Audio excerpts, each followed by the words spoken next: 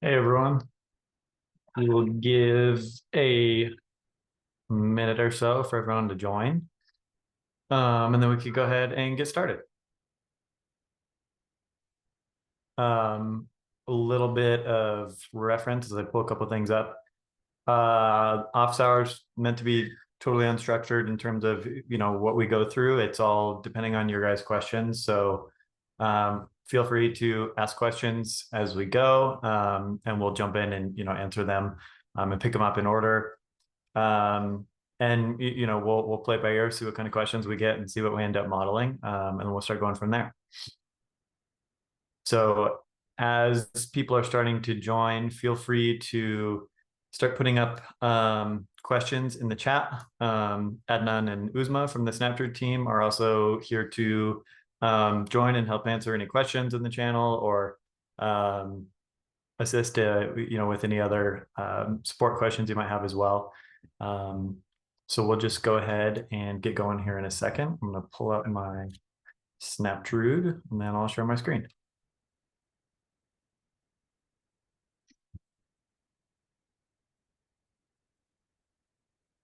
And I'm going to open the chat on my end.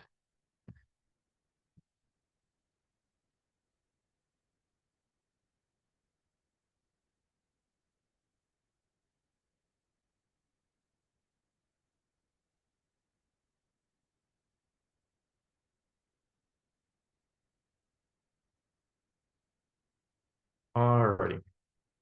Let's go ahead and open a project and I'll share my screen.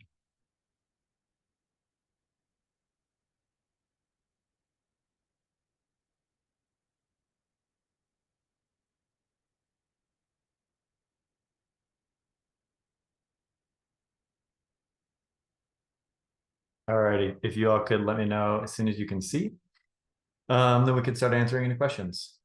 Tila Mahadevan has his hand raised. Cool. Mahadevan, go ahead and speak. I've unmuted you.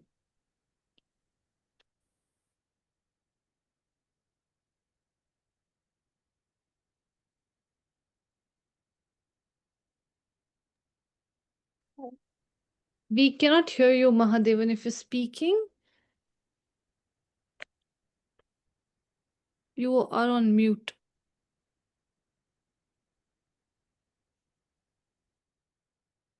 Okay, perfect. That was a mistake. No worries. Cool. Well, if anyone has questions, feel free to put them in the channel or in the Q&A. Otherwise, we can go ahead and we can start, just playing with a couple things in here. But again, this is meant to be less of, a predefined presentation from our end and more of answering as many questions as possible before, we come up on the deadline, and, can get you guys going there. Melchizedek, you see there's a question on the tutorial for the Revit plugin. We have some support resources that should help you with installation of the Snaptrude Manager, which will help you to essentially go through that process there. Uzma or Adnan, would you guys be able to drop that in the chat for Melchizedek? Yes. And then I see Mohammed up here too. Yes, he has a question to ask. Hello, am I audible? Yes, you are. Yeah. How are you guys? We're doing well. How are you? Yeah, I'm good. So I have a question about what's the difference in free version and the paid version? As I'm using the free version and I started creating a K plus 12 sample massing, and when I create it on a large scale, it kind of lagging in program and design. Like the web page is not loading itself, like call stack, something is appearing. I don't know what that means. So I have that doubt. Is it because of the large scale or something about the website or the browser is lagging? I don't know what it is. Do you have any idea? You said that it would be tough to diagnose without actually seeing the model. I know that obviously we're on a live webinar with a bunch of people, so if you do want to share, any of the model, you're welcome to, email us and we can take a look at that and see what might be going on there, whether it's, a browser issue or there's something going on in the model there. But, we'd be happy to take a look. It's hard to just troubleshoot right off the bat without necessarily seeing what the geometry in the scene looks like.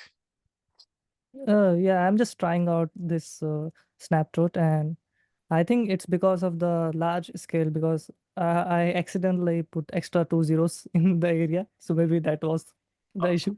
That would probably be the first place to try with the areas is the extra 2 zeros might be causing some issues there. Yeah. Going from thousands to millions. Yeah.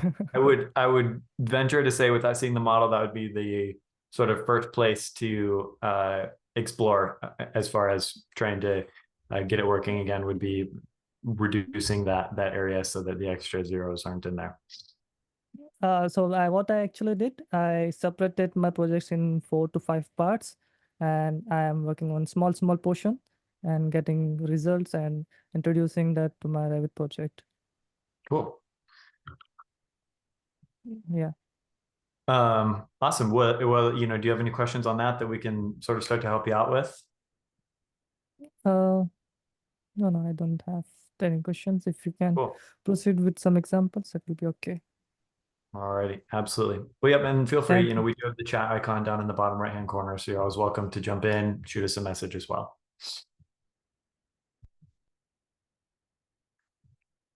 Cool. Do we have any questions in the Q&A at all? If not, I will go ahead and just model some stuff for fun. Walk through a little bit of the modeling process in case you guys haven't, seen that as far as, the design goes. We've got a couple prompts that we could go through, but I always like to start designing. And, as I'm going through this, again, guys, feel free to ask any questions as we come up and I'll stop. This is more just so that, we're not sitting here awkwardly watching me with a blank screen. But it looks like we got a question from Dylan. 1 second. We'll read through this. Adnan, would you maybe want to read through this and message back in the chat there? I think that might be a little bit more of a word question than a modeling question there. Yeah, I'll do that. Thanks, Adnan. So let's model something. I personally, when it comes to design in Snaptrude, favorite way to go. How does she interface it? Let's see here.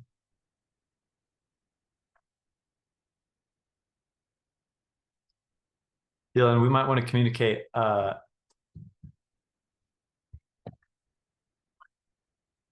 elsewhere, just because I think this is a little bit more of a nuanced question that is probably a little bit more specific than to just a generic support call here.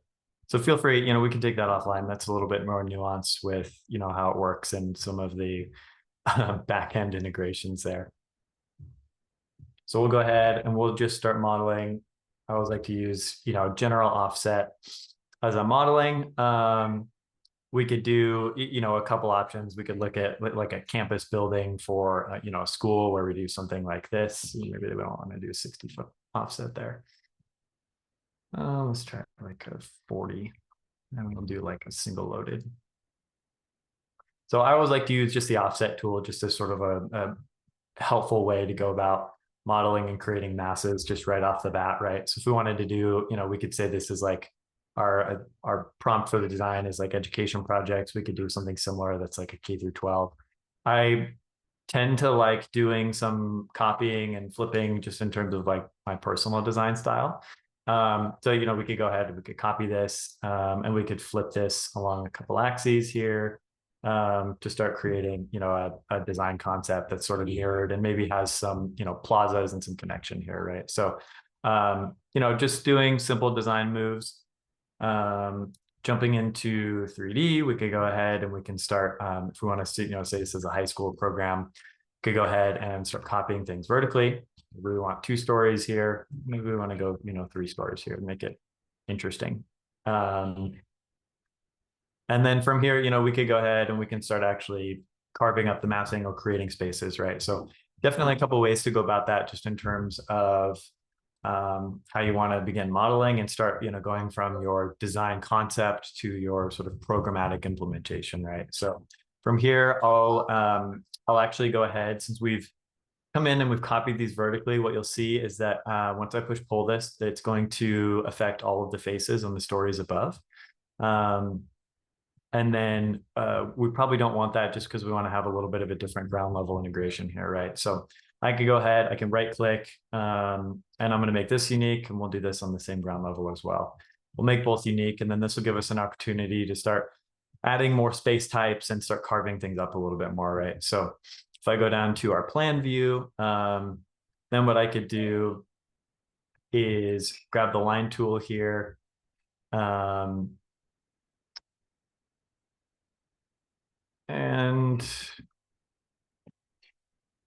prepackaged solar panel, Dylan.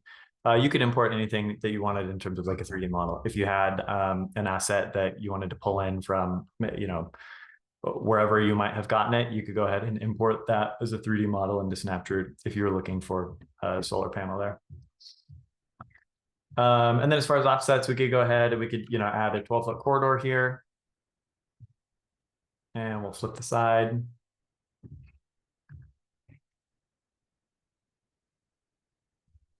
And so I've got this set to split on overlap. So now as I'm doing this, it's going to split this for us, help us get that corridor in there and just make everything flush and nice. And let's go ahead and do this again here. We'll create another one.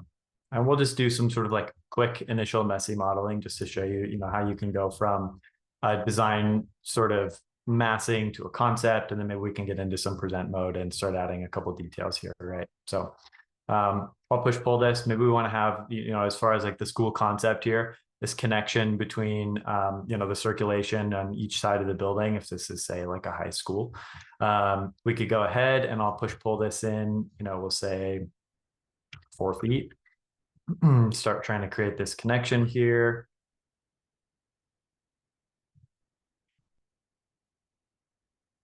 And let's go ahead and do 4 feet here, right? So I've got this all built in. If we jump into 3D view, we can start to see, how this is affecting the model and the design overall. Now we can come back to plan view and we could start, creating different departments on this. So we could have, different programmatic relations here. For this high level, early stage design, I'm going to assign departments to these objects just so that we can start space planning them as well. So in case you guys, haven't learned about, any of the hierarchy as far as Snaptrude goes with the object types, there's 2 different object types here. So we just have essentially default object types that are spaces. But if we wanted to take like an approach where you say design the envelope of the building and then use program mode to start planning those spaces, we could absolutely start doing that. So in order to do that, I'll want to set some departments. And for this, I'm actually going to create a generic department. And in the interest of time, I'm just going to call this envelope. And then I'll create and oops. Let's go to envelope. I accidentally built 2 of those, but then I'll just change the label to match. And if I say envelope here, what you'll see is the type is going to change to a department level object. And it's going to make it transparent as well in the 3D view. So what you'll see is, a workflow that starts to come about where you can start to do, especially beneficial for design competitions like this, where you can actually start to grab, all of these objects and call this like envelope, right? And we'll change a department to envelope. And so as I do this, we essentially have an envelope that we can go ahead and we can start space planning and start creating things in. And I actually think I need to turn off my camera because I can feel Zoom throttling me. So I'm going to turn my camera off here for a sec. I tend to have some issues with Zoom whenever I'm screen sharing and having camera on at the same time. So, now we can say if we wanted to run with this, maybe we can make a couple more changes to the overall design concept, as we model. If we wanted to say, add some upper level modulation to the facade, We could go into change the department really quick to a textured view mode, just to make it a little simpler. And let's say, we want to split this face, start adding a little bit of modulation here. We'll do some here. And maybe we want to actually do this to both sides of the mask just to give it some visual interest. So let's do one here. We'll snap to the center line. This is just going to split the face. And you can see because these objects are instance objects, they're going to both be affected by the same changes. So again, if I grab like the push-pull tool here and I push this in, yeah, we'll say 3 feet works. And that's good. Let's go ahead and do that because I don't like that edge there. We'll add it on this side. And I'll grab push-pull, push this in 3 feet here. And then we'll do the same on this one over here. We'll keep it, symmetrical. If we wanted to, when we initially made the project, we could have copied these as instances, but, we're working fast, trying to explore design as we go, and sort of, I don't have a predefined design for, this webinar specifically. So we're sort of just letting things go. And then, we'll stop as those questions come up. But now that we have this in place, one thing that we could do is we could jump back into our department mode. And of course, we could actually go ahead and start adding some spaces to begin planning this, right? So we could go ahead and build a really simple program that we'd want to implement here. I think we'll do probably the upper level. So if I go ahead and I click on our program mode, in case you guys haven't discovered this yet, this is a super awesome way to do the workflow that I'm doing now, where I'm basically designing the enclosure of the building and then planning the inside of it. And so what you'll see is I'm actually able to come in and let's go and edit this really quick. Oops. And we can say, create a program for a high school project. Let's just keep it simple. We'll run with that. So let's actually, this will take a little bit of time. I'll show you the manual modeling method here to go ahead and do this. But as we do this, one thing that you'll be able to do is if you check the areas panel here, we'll be able to check our gross external area because we've assigned this at envelope and department object here. We can see our overall gross external. And now we want to get to planning that internal, right? So I'll go ahead and click on net internal and we see we've got 0 set up here. If I jump into our plan view, we'll go ahead and do our plan. We could actually start drawing some spaces over the top of this to start planning it. So I'll turn off splits. And what this will do is just give me the ability to start creating spaces and specific designations for uses without necessarily going in and splitting up the envelope entirely. So this helps you to have essentially 2 methods of massing, right? So we could come in here, I could go ahead and we'll complete this. I'll turn off my offset here. And as I close this loop, it'll build a new space here. What you'll see is that it's not going to trim anything or split anything. And this gives us the opportunities to start essentially filling out our net areas, right? So now you can see that we're starting to total up our net area as we draw this out. So we could go ahead, I can double click this and I can call this admin. And we could even make a new department that's just called, actually, let's do this. We'll call this admin. I'll create this here, and then let's call this, sorry, we'll go set this as admin, and let's call this front office. So I can set the front office object here. As I jump into 3D, you'll see that there's going to be a difference as well, where the space objects are going to differentiate from the departments in that they're going to be opaque. You can always change this setting, but from a planning perspective, it's really helpful to have those department objects as transparent from the get-go, just so that you can visualize, how much of this building has been planned in terms of your overall envelope, right? So we could go ahead, let's go ahead and maybe plan out the rest of this floor and just add some classrooms in. And then we could jump into adding some, trees and extra details, and then maybe go into present mode. And then of course, Adnan, are there any questions that I've missed so far? Or is it more of just hanging out and watching so far?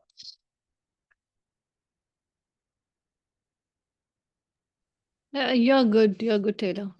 Cool. So let's go ahead, we'll add a space here. And maybe we could call this, lobby. and we'll have a new department here, and we'll call this shared community space.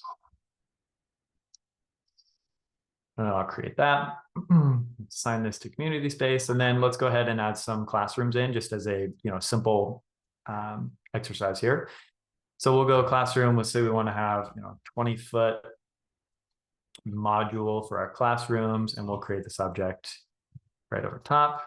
We've got it set to generic. What I'll do is I'll create a new department, and we'll just call this classrooms. Or we'll just call this learning. And I'll change the color to make it a little bit different than what we've got so far. Let's do yellow. Create that. We'll assign that, and we'll say standard classroom.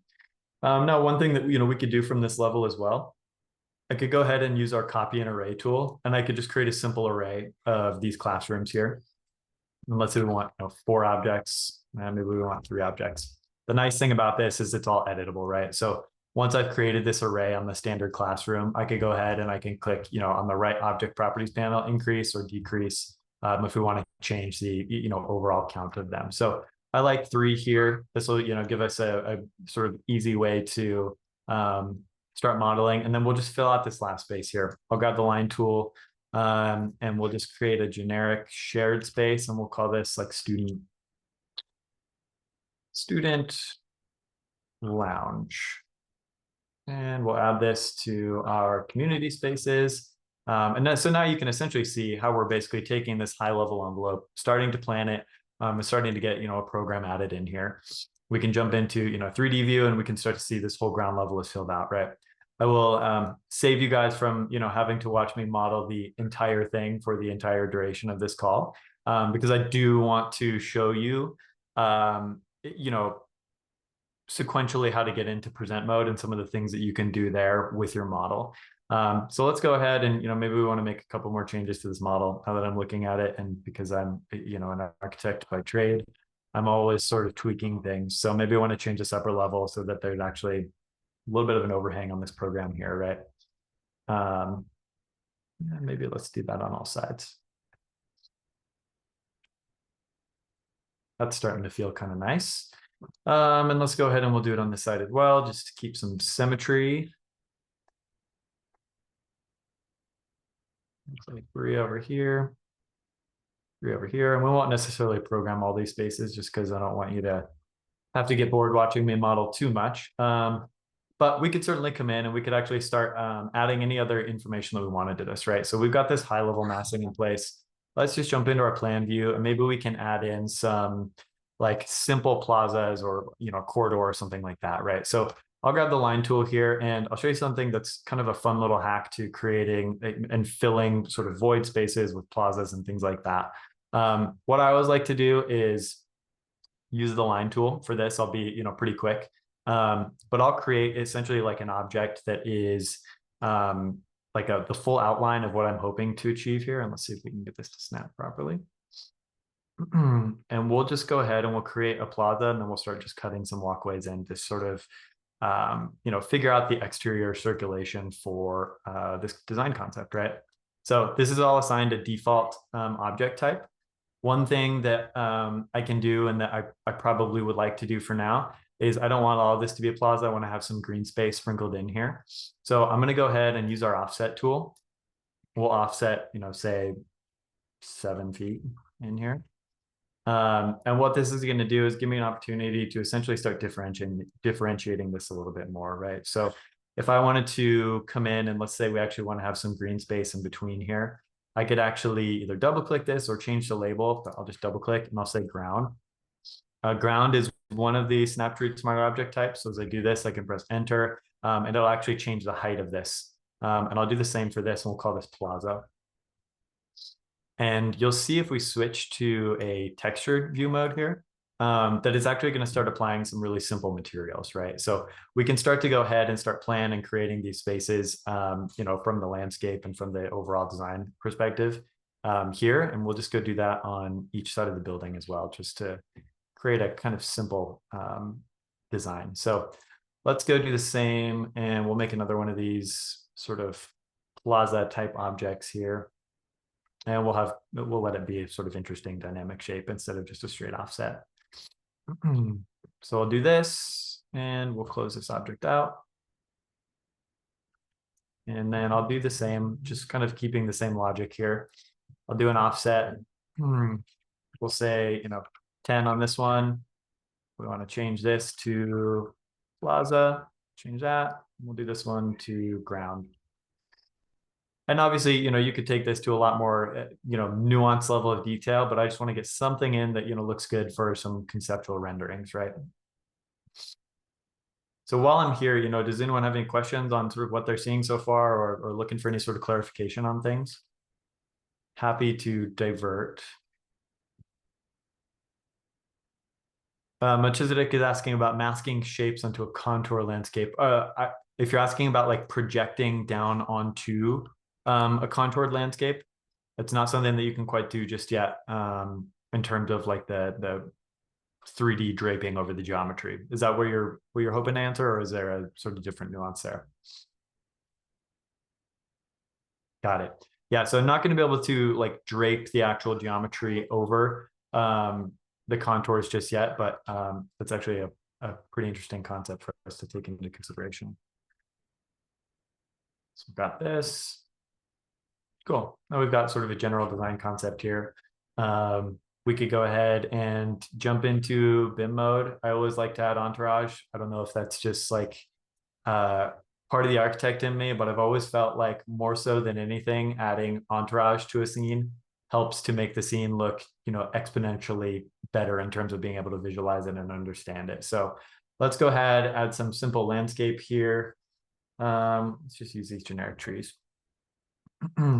So I can grab, one of them. I can use the copy logic here, and we'll just copy this, and then I'll answer your question, Mohammed. And let's say we want to do just a couple more. Add some there. Mohammed asks, can we make sloped ramp or mask? Yep, you could do like a sloped ramp or mask. Basically, the way that you would do that is if you go to your design mode, and I'll just use an example as a rectangle.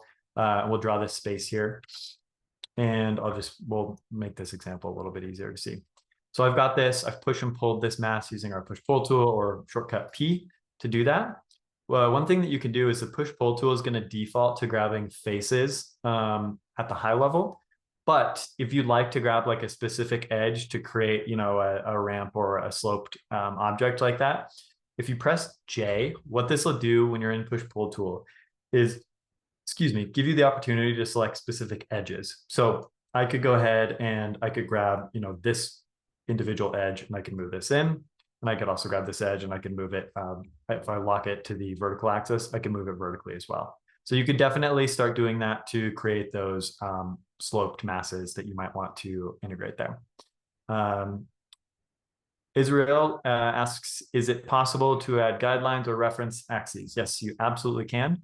If you go into plan view and you grab the line tool, you'll see that you'll have the opportunity to change the object type. So you've got the site object, which is just this big green object that was drawn, space object, which is the default, but you can choose a reference line as well.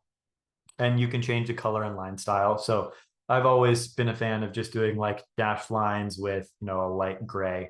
And you could certainly use this as the initial reference line for the design concept as well. So you could definitely do that. And, we could see those being added here.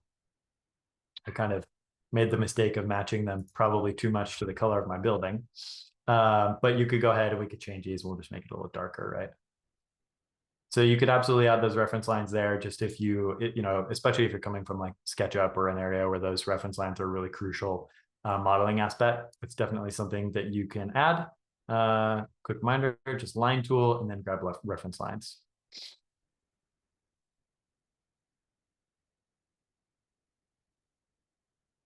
Mohammed asks, do we have a keyboard shortcut window for info or custom combination? I'm not quite sure what the exact question is. Adnan or Uzma, would you be able to maybe send some of the support preferences that might help with just some of the overall keyboard shortcuts? One thing that you can do as well that's really helpful is if you go to the command bar at the bottom and you're used to SketchUp or whatever it might be, you can actually just search for a tool. We've tried to include some mappings from other tools so that if you coming from SketchUp or Rhino, you could type in line or polyline, right? And we'll pull up, our tool that is relevant to that feature as well. So that would definitely be probably the best place to just like explore capabilities, Mohammed, just by checking out that command bar. You don't need to know the exact command. You could just generally type in sort of what you're trying to do. And this will help you, understand, okay, if I want to align, then I can use move or measuring tape, right? To start to do some of that stuff there. So I would say that would be the good place to start, but there's probably some other support documentation that could help lay it out a little bit more clear for you there. Sure thing. So I'm going to go, we'll add some more objects here. Always like to add some trees to the scene. And I think that there's a really small tree somewhere here. And that one's a little bit bigger. Let's do one at the end caps here. And then maybe we can find, there we go. So we'll create this. And then what we could go ahead and do, and maybe we want to add some people. I always like to add trees and people to my scenes before I render them, just because it helps give that extra sense of scale. So I'll typically, click around the scene, add, a couple object types for people.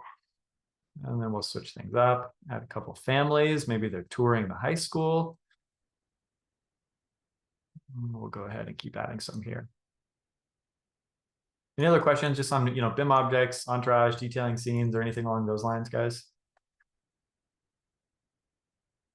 Want to make sure that I get to everything. Thanks for posting those keyboard shortcuts there, Adnan. Definitely appreciate that. And maybe we can come in here and start detailing the scene a little bit more. So one thing you'll notice about this, I haven't really planned out any sort of materials that I want to apply to the mask just yet. And that's fine for this stage. If you do decide that you want to take it to just this massing level and apply those materials, the way that you could do so is by clicking this materials tab here. This will give you the ability to just specify, high level colors, or even upload like your own textures, right? So if you have any that you want to add, you can click on add material here, and this will let you add custom textures. One thing that is like sort of a hack that's been one of my favorite things to do, especially within Snaptrude, is generating textures in ChatGPT, and then loading in custom textures that GPT's created from there as seamless objects. So that's a pretty fun workflow. But for this, in the interest of time, we'll just leave this as is, and then we could go ahead and actually start saving some different views out, right? So maybe we want to go and we want to change this plan view. I'll remove this reference line because we don't need this here. We've got this set up. I'm actually going to go ahead and filter by selection here. And let's just grab all these furniture objects and hide them. Just for clarity, clean things up a little bit. And then what I'm going to do is actually update this view. So updating the view will save the actually hide, show, hidden, revealed state of the object here. So I'll click on update view. And actually for this view, what I'm going to do is change it from texture to department, because I think we'll want to create some diagrams from this. So let's go ahead and we'll update this again. We'll update this here.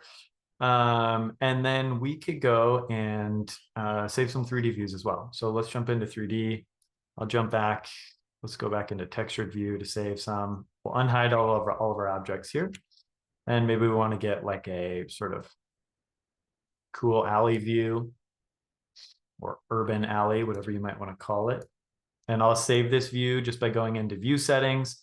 I can click the save 3D view here. One thing that I can do as well is I could actually turn on shadows here if we want to pull that in. So under sustainability tools, I forgot to import a site. Let's go ahead and add a site here. We'll just use a default site over in Washington, and we'll say this is next to Georgetown University. But we'll take up Shawfield. Hopefully they won't be too upset. I'm going to import the site here. What this will do and why this is important is this is going to just give you the opportunity to have essentially, accurate solar information here. So if you wanted to run, sun hour study on this, we could run sun hours, but because we're saving some views out, I just want to do a simple shadow study, make sure that the shadows are synced up, correctly to the time of year. Let's actually move this a tiny bit over. The perfectionist in me wants that corner aligned. Shadows, I could go ahead, click run analysis. And then the cool thing about this, is I've got the ability all, in-house to come in and start changing, time of day, view angles, all that information, and start saving these as scenes as well. So I could come in here. Let's say we like this view for our, hero shot. I can click on save 3D view. So now we've got 3D view 1, 3D view 2. If you'd like to rename them, you can click on rename. Let's say hero. Oh, and I just saw I missed the Revit plugin, but thank you for posting that, Adnan. So we've got basically 3 views set up here. Might be a good time to go, explore some presentation sheets and just show you guys, what you could do there. So if we want to jump into present mode, let's go ahead and add some sheets. So right off the bat, this is probably where you guys are going to be creating, all of your actual outputs here. So hopefully you've gotten a little bit familiar with present mode and some of the things that you can do in present mode as well. But if we go click on views, you'll see that we have access to all of the views that we've saved in our scene directly in present mode. So this is going to be really similar to like FigJam or Miro or any other information or sort of canvas-based presentation tool. With the benefit that all your sheets are saved here. So we could go ahead, we could click on plus, save a new sheet here. And I'll go ahead, I always like to turn off margins just because I think it looks nice when I'm designing, but you can turn on margins if you like, especially if you're printing, it can help. And then we can go ahead and add some views in, right? So we can pull in this 3D view. I think this was the initial one that we pulled in. Yeah, these views are probably too similar, so we could go change the views up a little bit, but I'll pull in the 3D view and I'll pull in the hero. You'll notice too that these have, the shadows turned on in this one, no shadows for this one. That was just the setting that I chose when I created it, but I could also double click in and, we could crop this a little bit to make our view boundary a little bit easier to see. And then from here, we could actually start just laying these out on the sheet, right? So nothing, overly complex, just starting to get views and things placed on the scene. And then we could also go ahead and we can start adding some plans in. So if I wanted to add a floor plan in that we saved, you'll see that we've got this all pulled in. It's going to pull in the site as well, since we have that reference, but we could come in, double click, and we could crop it out if we like. So let's just crop this out and just modify the view so it's the information that we want to see here. And let's just scale it up. Oops, I accidentally just deleted that.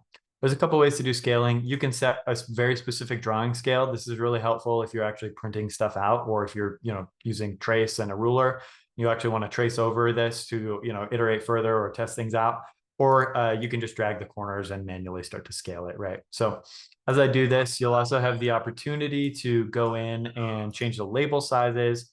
And start adjusting those. So, we can adjust the labels as much as we want or need. Like we don't need the site label here. We could even remove ground, plaza, this other information that might not be as necessary. But what we could also do here is just change the overall view style, right? So there's a couple of things that you can do when you have these masses in your scene. If we click on this again, we looked at the scale, we looked at the labels. You can change the style of this as well. So we've just got the block, which is just a true representation of what's on the scene. But we could also turn on rounded corners. So this is going to be helpful if you're trying to create, diagrams to help just communicate, overall adjacencies and spaces. And we'll update this text here so it fits a little better. And so you can see, we've now got rounded corner diagrams set up. We can also change the radius too. So if you're working on a project that's really large, the corner radius might be, smaller. So if you wanted to come in and adjust it, we can say we want, 5 for the corner radius to make it a little bit more diagrammatic and less look exactly like a floor plan, right? So we've got that pulled in. Let's pull this out and just remove this one as well. And we could say, we like this as a diagram, and we want to save it, right? So, as you go out and detail this, obviously we only have one level that's modeled here. But we could certainly come in and start to update this as we go. So for example, if we were to go in and start planning the rest of the envelope out on this side of the building, we could just go ahead and do that in design mode, come back in here, click on update view, and then we'd be able to update that view. Same goes with any view settings or any other information that you have like that you want to save in. Update view will essentially just give you the opportunity to push changes when you want changes to be pushed. And also if you want to save the early concept for your massing without updating it throughout the whole time, you just don't update that view. And then you can have sort of this linear progress showing throughout the model, and for how you're going out communicating your presentation. So just a couple ways with how you can work with that. Another thing that you can do that's probably one of the most fun things to do, especially when you're in a design competition. Back when I was practicing or when I was in school, there was always renderings, which, you finish up the design, you finish up the layout, everything's perfect, and then you got to go render it. And it, takes forever, and you've got to set up scenes in Lumion or whatever, your rendering tool of choice is. So here, obviously, we're not necessarily a full-fledged rendering tool, but we do want the ability for users to visualize their design concepts in a way that communicates what the building could be or what it could turn into, right? So we'll pull this off to the side here, and we'll just show a quick example of this. I could go ahead and say I want to actually reprompt this and create like a realistic scene. So we could test a couple things. There's a lot of prompting that you could do to get the best combination. The best way that I found of working with this, and we do use Google's Nano Banana, so that's one of the really exciting things about this, is that it's the probably the best image model at retaining geometry, but also being able to iterate over that. So I'll just come up with a quick prompt. I could say render this massing as a realistic image, render concept of a high school in Washington. Whenever you, sorry, I was about to type and spell things wrong. Whenever you give like a location in the prompt, it'll typically do a pretty good job of adding the context there. We don't have any context, so it's probably going to invent some background context. I don't know if it's going to be the Capitol building or White House or, directly on the mall. But as you add in, buildings and context to the scene, it'll start to pick that up as well. So I always like to say, detail in begets detail out, right? So we'll see what we get here. Render as a concept of high school in Washington, D.C. is a realistic image. Add context, entourage, people, and realistic lighting. Add curtain, wall, and metal panel siding. Facade. Activate the ground level. And let's just see what we get here. So you can hit enter, and this will start to create that. Thing that I love about this is it's typically really quick with being able to take your prompt, ingest it, and then put out an output here. So we'll wait just a second. We've already got that. We've got this, as a high level concept. You can see it did put the Capitol building here. It hasn't given us, a whole lot of facade modulation here, but we could certainly come in and reprompt it if we wanted to, with any other information here. So maybe the metal panel on the facade kind of threw it off. So we could just say add curtain wall facade, and let's do that, and let's see what we get. Again, as you go ahead and you start to either split face and add materials, it does typically a pretty good job of trying to map, even the color of your materials and the texture to the realistic textures that you see on scene, right? So definitely different output here with, different facade, a little different environment. But there's so many things that you can start to do with this, even when it comes to like, recreate this image as a watercolor.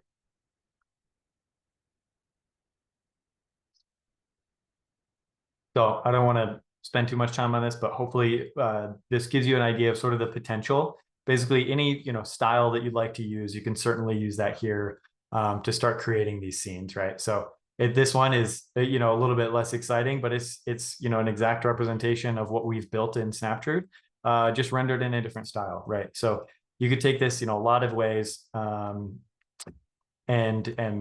start to prompt it there. Melchizedek asks, are you able to request shading patterns? Would you have to model it?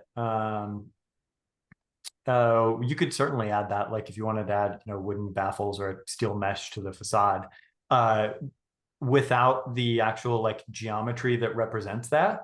You would be essentially, what you're letting the AI do is hallucinate where it adds those baffles or the mesh, right? So we could say, as a conceptual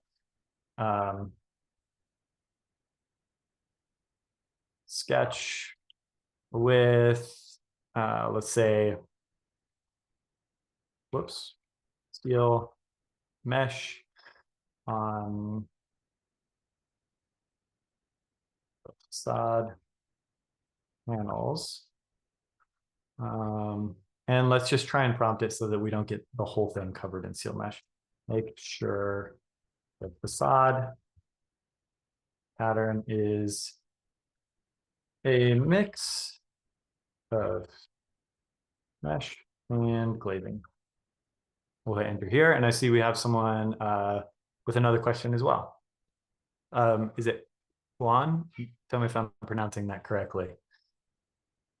But yeah, I think you can unmute, and if you have a question, you're welcome to answer that there as we wait for this.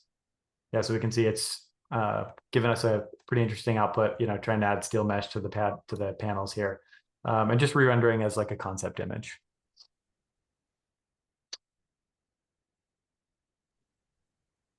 Yeah, Juan, you're welcome to unmute and ask your question if you'd like.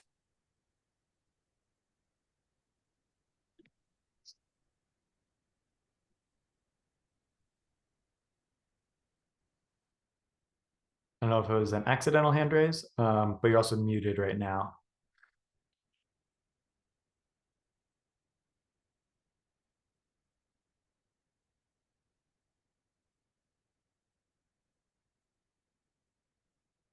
Perhaps it was on accident request. So if you're having issues with your mic, feel free to unmute and ask a question whenever you'd like. And then from there, we can keep answering some. And realistic context, trees of people. Yep. Let's keep going. Taylor, we can wait for like a couple of more minutes for questions. If we don't have them, then maybe we can give people back 10 more minutes of the time. Absolutely.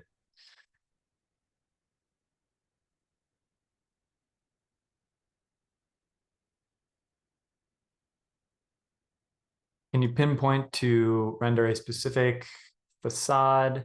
That would be Melchizedek. That would just be depending on the view that you set up, right? So I found you can also use like color coding a little bit to hack that in a way. So like, for example, if we go into our design mode and Melchizedek, you wanted to render a specific facade, you would need to set up that view in 3D first. But you could use like color coding as a method to basically communicating better with the AI here, right? So if you go ahead and, we like this view and wanted to go and add like a material, just to make it really obvious, we'll say red and face. You could change, just these faces red. And you could say, in that prompt, you could say render as, render the red face as, Corten siding, or start to isolate those specific areas based on that, as opposed to needing to come in and, try and word exactly where the facade is, because it's going to re-render over it anyways. So that would be one way to target those specific faces there. Cool. So I don't know if you guys have any other questions just about, overall design. Happy to answer those. Other than that, you guys have pretty easy access to us as far as like messaging goes or questions in the email. Maria asks, ability to export project in different file extension. Yes, you could export Snaptrude projects. So if you go to export, you can do model or drawing, and you can change the object type here. So there's basically, every major file format that you might want. You could certainly export that and pull it out here as well. And then Maria, if you do want to go to like Revit or anything like that, you can use the Revit Snaptrude Manager. There's also, ability to import into Rhino. And so there's a couple of resources that we might be able to share with you just as far as like Rhino and Revit specifically go, because there are plugins that help you to push geometry from Rhino and methods to help go from Snaptrude into Rhino. Adnan, I'm not sure if you'd like to post that just before we log off for the day, so that she has reference to that as well.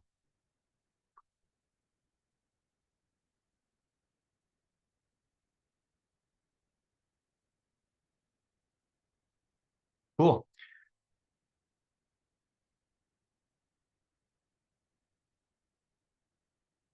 Well, if there's no other questions, we can conclude a little bit early. Happy to answer any others offline as well. Feel free, reach out. We try and be, as quick as possible in terms of getting back to everyone with any sort of questions or support. If you do, have a model that you'd like to share and get more specific feedback on, I understand that it's probably not the ideal approach to share, on a call with everyone else who's also on the design competition. So you're welcome to go ahead and, reach out to us with, screenshots or questions about that. Yeah. And I've also just created a WhatsApp group, just sharing that in the chat. So if you have questions in between these office hours, please feel free to send those on the WhatsApp chat. Cool. Thanks. Well, appreciate everyone joining on. Thanks for, watching me, model and come up with some fun high school design. Again, always here to answer any questions, and hope you guys all have a good rest of your week. Thank you so much, everyone. Have a good day.